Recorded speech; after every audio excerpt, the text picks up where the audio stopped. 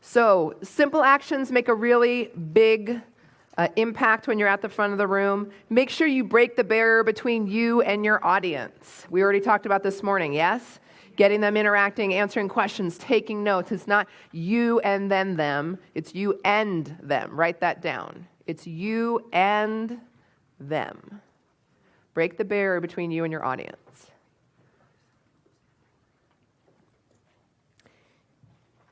Keep it simple. So when you're making your offer, and we touched on this yesterday, someone asked a good question, should I have 2 offers or 1 offer?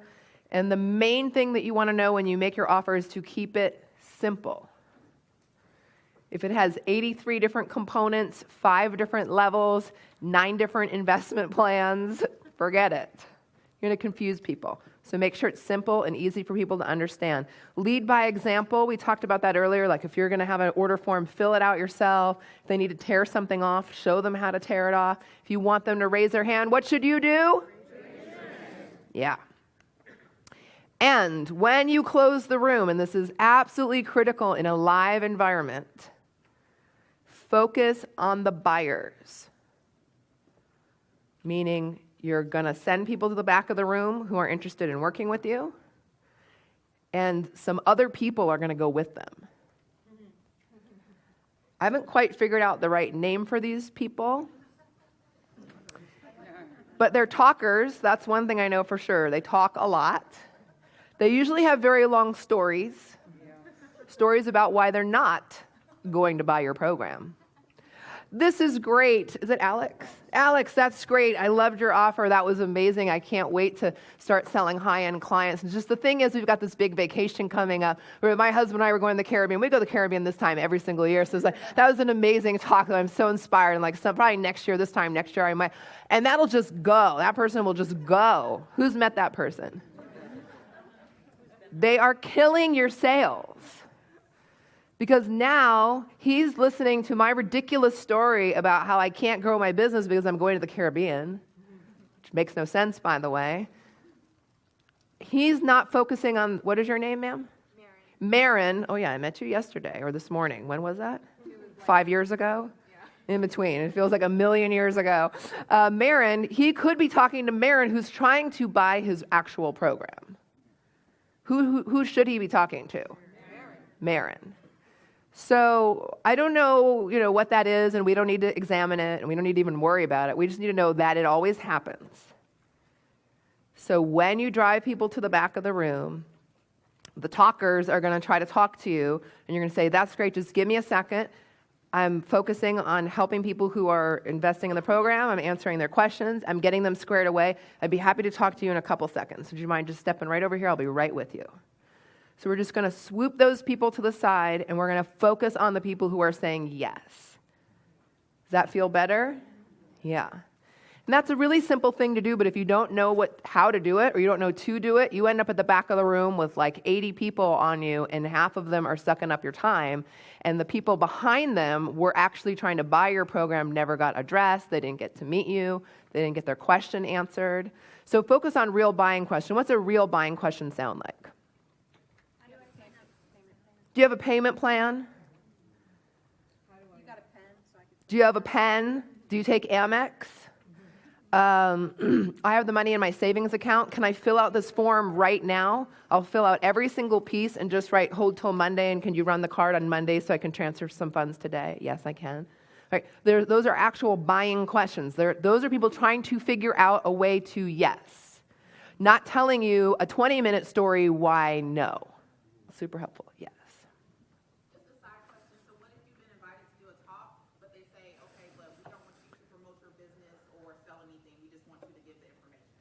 So what if you've been invited to give a talk, but they do not want you to promote your business at all? Is that a good business opportunity for you? I'm going to say it depends. Pardon? If you give them a business card and say, call me, I'll be in touch with you, that's a possibility. Of course, you can hand out business cards if you want to hand out business cards, but we're talking about if you're going to have a talk, if someone's asking you to come speak to their group and they're saying, do not promote your business, just disseminate information for free. If they're saying it with that kind of language and tone, I am probably not speaking to that group. I'm a volunteer. I work for you. I don't understand that value exchange. So someone might say, you can come speak to my group. We prefer that you not sell a product or program when you speak. That's completely different than I do not want you promoting your business at all. And there were people who say that, and I'm not interested in that because that means you don't value the fact that I am giving my time and my talent and my expertise and the 20 years it's taken me to learn how to do what I do. You don't value that. So you just got to listen to the tone with which people are speaking with you. But if you cannot make an offer, it's still a great opportunity to go speak to a group because you can give your free offer, yes? Yeah, and we're going to talk about some other strategies that you can do, but it's about the tone with which people are speaking with you more than what they're saying, okay? So Kat Kim is not here today, but a great example of someone who got started in the Start Me Up Club and was making zero. And I'm sharing this because we're talking about the power of entry-level offers. She had just come out of a program they're still really popular, just touting high-end offers only, like only make high-end offers. And for some people, that is their jam. I have a girlfriend, Patty, like she is a whiz-bang-boom, she would get along with you, Alex, at making high-end offers. So some people can do that. But is that for everybody? No. So Kat Kim was stuck at zero because she kept trying to sell $5,000 and $10,000 products and programs when she had never even sold a $500 product or program. So her confidence was not in alignment with the offer she was making. Is that a problem? Yes. Can you offer something that feels like a little bit of a stretch and it makes your tummy a little nervous to ask for it? Yes. Yeah, that's a stretch. This is a chasm. Is that the right word? Yes. Chasm? Chasm, big giant gaping hole. So she was stuck at zero. So I said, look, I'm going to tell you something that pretty much no coaches in today's market would ever tell you to do, because everybody's like, double your rate, triple your rate. I can help you double your business, double your rates. Really? You're a genius. Thank you very much. That's not always the answer. That is an answer. It is not always the answer, and it wasn't the right answer for Kat. So I said, this is what I'm going to have you do. Drop your rates. What would you feel so confident asking for, it would not even make you bat an eyelash? Great. What's that number? Now we're just going to go like, just slightly tweak that up. Could you ask for that? Yes. She made $44,000 in the next 4 months after getting zero. No client, no client, no client, no client, to $44,000. So sometimes the answer is raise your rates and high-end offers, and sometimes it's lower your rate and just sell the crap out of something that you love, that you are excited about, that you are confident to offer people, you're happy to help them, and you know it's a great value exchange. Is that so much easier to close people on? Yes. All right. So connecting is closing. Say it with me. Connecting is closing. Nice. 3 indicators you want to pay attention to in the room. What you see, what you feel, and what you hear. So, when you look out into your audience, if people are leaning forward, is that a good sign? Yes. They're taking notes. They're catching your eye. Is that all good? Yes. They're laughing at your jokes. Is that good? Yes. When I go speak for an hour, the first thing I want to do out of the gate is get the room laughing. Part of that's just because obviously I'm a goofball and I like to make you guys laugh, and I like to laugh, so that's my personality. But if the room is laughing, are they with you? Yeah. If you tell a joke and the room is silent, are you in a little bit of trouble? Yeah. Questions, people calling stuff out when you ask them to. And then just feel the room. Can you feel the energy in this room? It's pretty good, right? Good vibrations? Been pretty warm? Signs you're getting off track. Ever see this one?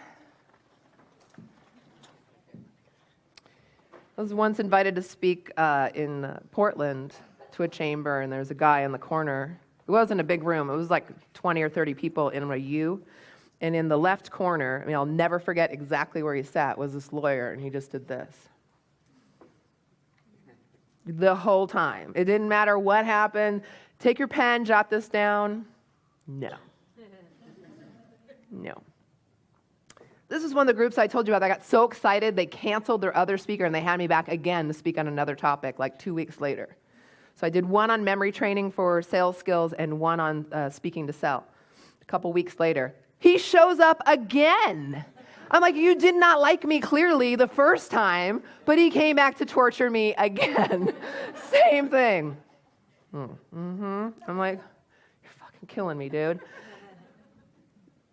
We don't know why, but there's a naysayer in almost every room. I'm pretty lucky here, yeah? You guys a cool group?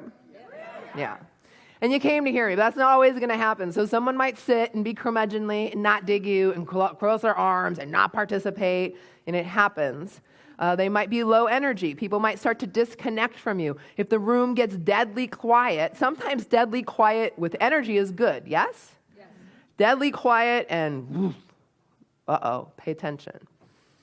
Or cross chatter. We talked about that earlier, yeah? These are all signs that there's a challenge in the room. So remember what we all agreed on earlier? If there's a challenge in the room, we're going to do something. We're going to do something. Anything is better than nothing. Okay? These are lots of ideas of stuff you can do to get your audience back on track. The top circle is all stuff that helps people get involved more physically, from writing stuff down to getting them to move around the room. The yellow one is all about getting people re-energized through what they're hearing, so speeding up the pace with which you're speaking helps. Yes? If I decide to speak more slowly and continued at this rate for the rest of the day, the room would be empty. Is that amazing? It's just the rate with which I'm speaking. Now, sometimes you want to slow down to make a point, but if that's all you do, people will leave. So if you're ever in doubt, talk faster. Is talking faster more interesting for you guys to listen to? Yes. Who here knows talking more? Nobody knows talking more? One person. Oh my God. All right. Well, later tonight, you can Google talking more, talks like this. You can barely understand talking more, but you're listening. You're like, what is he saying? Is that English? Like, he just talks so fast, but it gets your brain interested. So if you're ever in doubt, especially on virtual platforms, write that in your notes. Especially on virtual platforms, speed up. Don't slow down. Vary your volume, vary your tempo. Pause when you need to. But if your presentation is one note, you're going to kill your audience. And then there's the gray circle, which has all the different things you can do to move around the room to elevate the energy. So moving your position on stage, we talked about that earlier. Standing near the cross chatter, we did that little demo earlier. Is that simple and helpful? Yeah. Okay. Sales triggers. If you only give content, will people buy? No, I mean, like, they might, but people don't only buy content. They buy content through you. They buy content that is interesting. They buy content that's paired with a personality.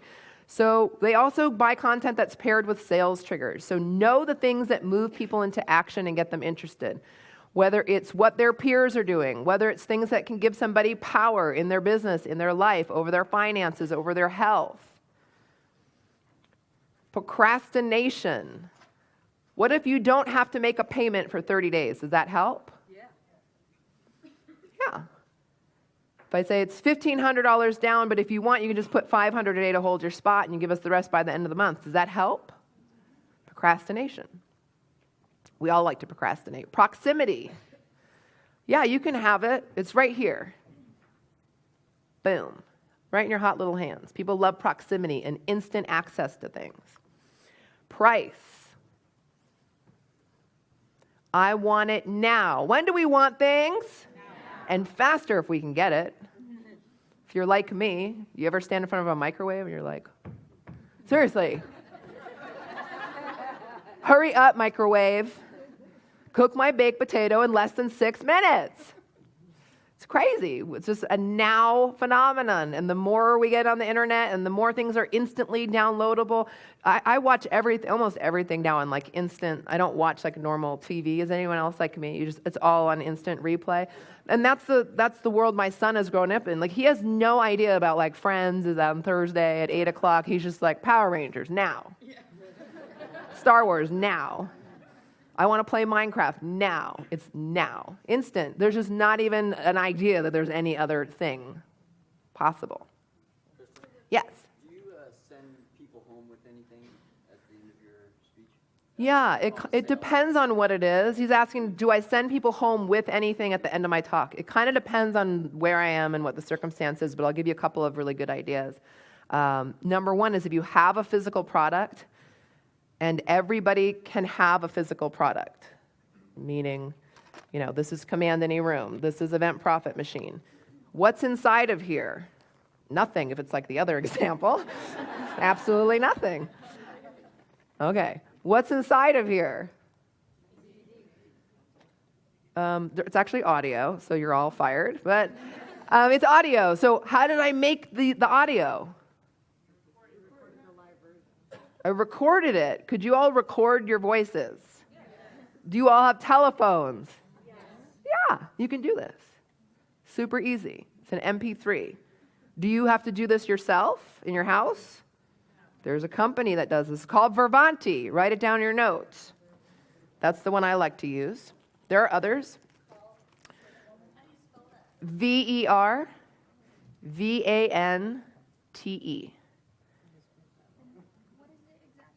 So you send them your stuff, and they make that.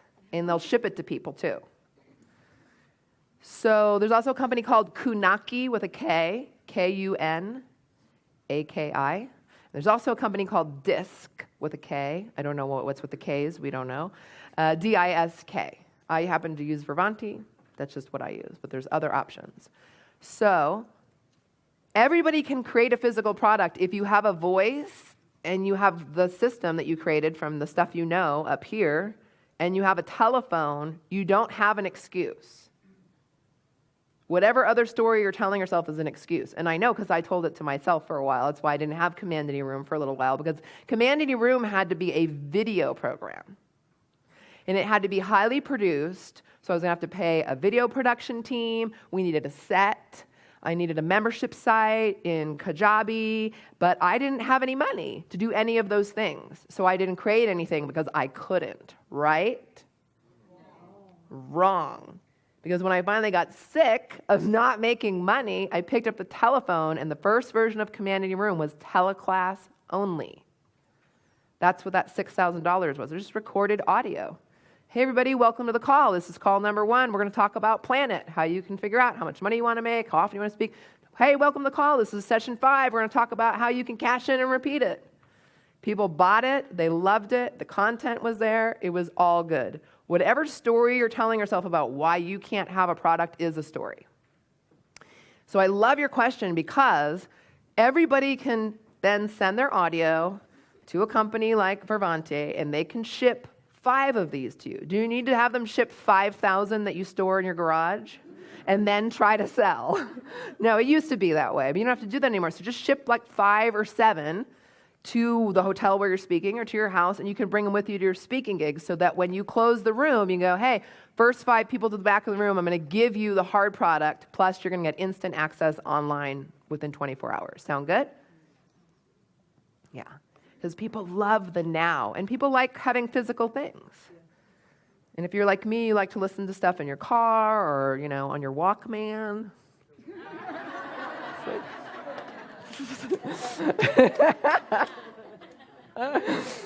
So, yeah, physical products are great, but you don't need one for everyone in the room, okay?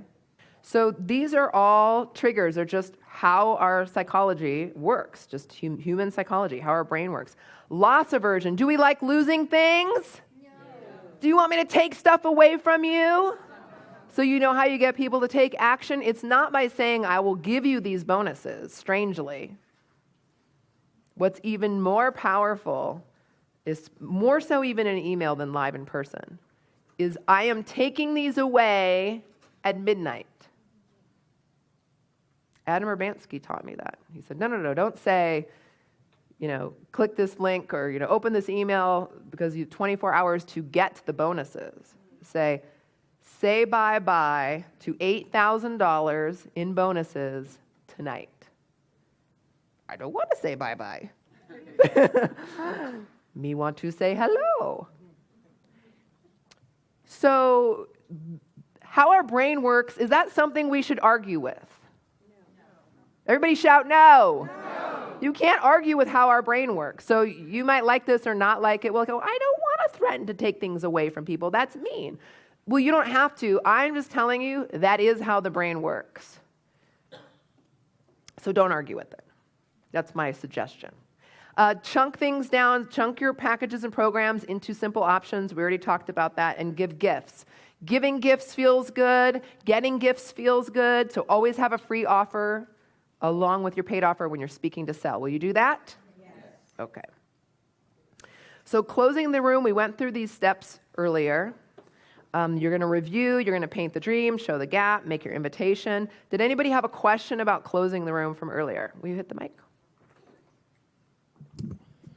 So when you're making an offer, and if you're using something like for the first 20 people you get X, Y, and Z, and if the 25 or 30 people are signing up, how do you stay in integrity with the offer you made, but still honoring people who invest?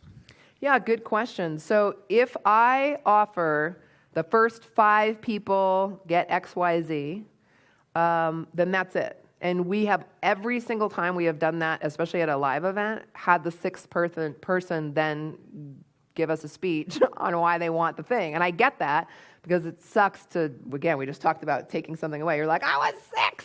That's like worse than being last, right? You're like, oh, it's so close. So we get that they want the thing, but at that point, you got to be in integrity. And that's like, I'm just going to say, each and every one of you has to kind of figure out what that is for you. For me, I'm either going to stay with what I said or I have to give it to everybody. That's for me. So I'm either going to go, I can't, like either that or my word doesn't mean anything. Or I go, you know what?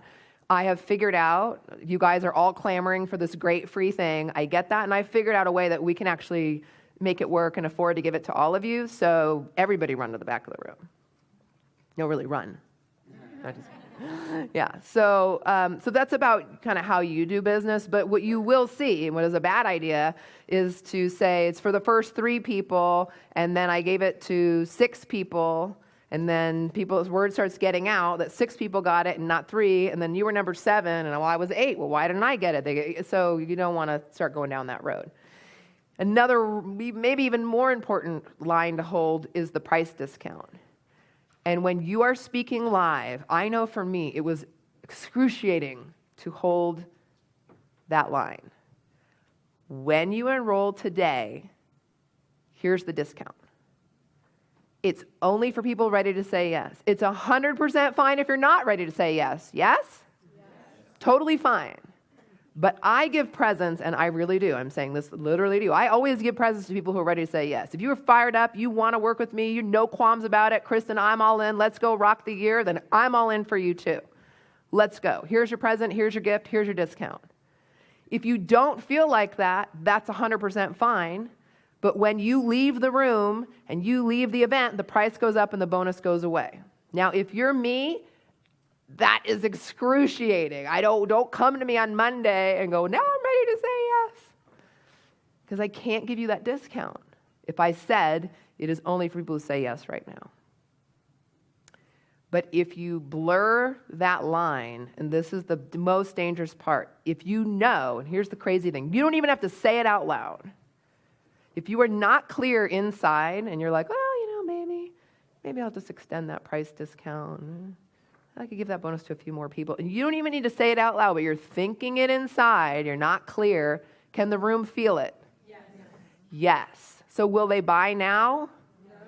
No, because you didn't even decide that you're going to reward people who only buy now. If you haven't made that decision, the room won't follow. Tricky. So be really clear about how you do business. It's whatever way you want to do business is your way, but be clear. When you're clear, the room can follow you. Make sense? Yes. Okay. So craft a hot offer. Because I can teach you all the steps of closing the room, and we could have you practice it and perfect it. And if your offer is not enticing and juicy enough, doesn't matter. If I followed those steps to the close right now and I was selling what's something you guys don't want? Cat shit. I got my kitty litter, bonus cat shit inside. There's no price, there's nothing, there is no thing I can give you to make you buy that. So don't sell cat shit. I think we all learned a very important lesson today. So have a great offer. A great offer will forgive you any mistakes you make in your close. Write that in your notes. Have you ever had like an offer, like you don't care what happened before, after, nothing, you're just like, what? I have to have that. Raise your hand if you've had that experience. Yeah. It's just like, whatever. I'm in. This is gold. I am no moron. I am buying this program. We've all had that feeling. That is a great offer. So make great offers to people. It makes your life so much easier. And how much more fun is it to stand on a stage or pick up a phone or lead a webinar and make a hot offer? So much more fun than like, you can have this ticket to my workshop.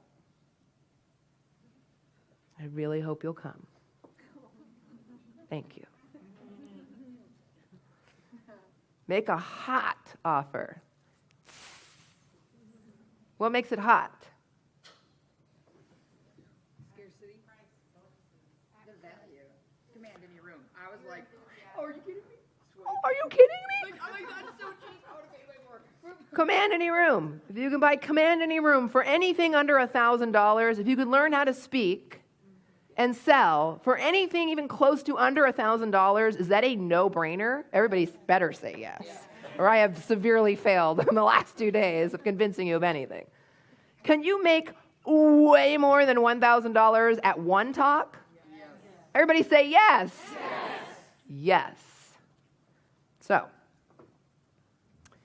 if you can build a 6-figure business, is it worth investing $30,000? Yes. Dude, you guys. If you can make $100,000, is it worth investing 30? Yes. So, make a hot offer at a great price where the value exchange is a no-brainer. A no-brainer. Now, you might say, well, I don't do money making, so I can't do that. Well, yes, you can. If you can show me how to transform my health, if you can show me how to finally get off that weight, if you can finally, break me free of some phobia that changes my life forever and ever, amen, that is still a hot value exchange. True? Yes. Yes. Yep. One of the gals in my mastermind program just launched a weight loss program. She's a psychologist. And so the whole program is based more on the psychology of like food addiction than it is about like a diet. I mean, I think there's also nutritional information in there, but it's like a new twist on it. So it's a great offer in that she's addressing a rampant problem, especially in the United States, which is overeating and food addiction, which is a thing. So if she can solve food addiction for you, and you feel like you're a food addict, wouldn't you pay a fair amount of money to solve that problem? Yeah. I would. Yeah. Any addiction. If you cure an addiction is killing you, yes? Yes. Will you invest $2,000 to solve an addiction? I don't care what it is. Gambling addiction, food addiction, alcohol addiction. Is that worth $2,000 to save your life? Yes. So if you create that hot value exchange, so take a moment and start crafting your offer. What are some of the things you could include inside it? You want to hit the mic with your question? What is the value of your program? So if you add up all the little goodies that you want to give people, what would the total value be? Bless you. What would you sell it for at the highest price? Like the person who waits 5 days and then they buy. Like what would you sell it to them for? And then what's the buy now price? The people who are like, you just gave your talk, you're in the room, you go, hey, meet me at the back, and you can have it for what? So give your offer a boost before we wrap up and go to break. Give your offer a boost. Everybody say kaboom. Don't make a boring offer. Make it hot. Give them something to get excited about. So these are just some ideas. Do these have to be your bonuses? No, just ideas. Scripts, spreadsheets, templates, checklists. It could be one-on-one time with you, but maybe you don't have time to give people. That's fine. It could be digital bonuses. Videos, training calls. Done-for-you service. Maybe you just go, okay, for the first 5 people, I'll make your fill in the blank. Or I'll come, clean out your kitchen personally. So only the healthy foods are in there just for the first 5 people. Would that be a great bonus for like a health program? Yeah. I might kill you when you throw out my gummy bears, but give your offer a boost. Will you do it? All right.